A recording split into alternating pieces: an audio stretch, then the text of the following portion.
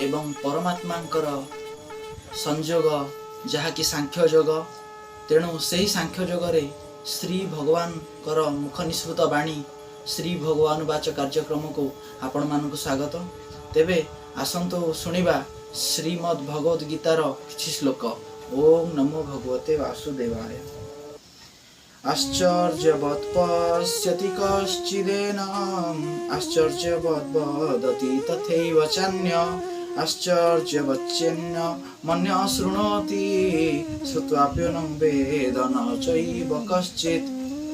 एही श्लोक रे भगवान श्री कृष्ण अर्जुन को कहउचंती कि जे आत्मा हेउची अत्यंत दुर्लभ एवं केही महापुरुष एही आत्मा को आश्चर्य परि देखंती एवं केही एहाकू केही एहार तत्व को आश्चर्य परि वर्णना करंती एवं केही अधिकारी पुरुष एहाको आश्चर्य पुनि शुणी थांती। किंतु केते जण अधम थांती जे माने कि एही आत्मा को सविशेष वृत्तांत शुणी सारला परे भी एही आत्मा विषय रे कोनोसी तथ्य हासिल करि पारंती नाही।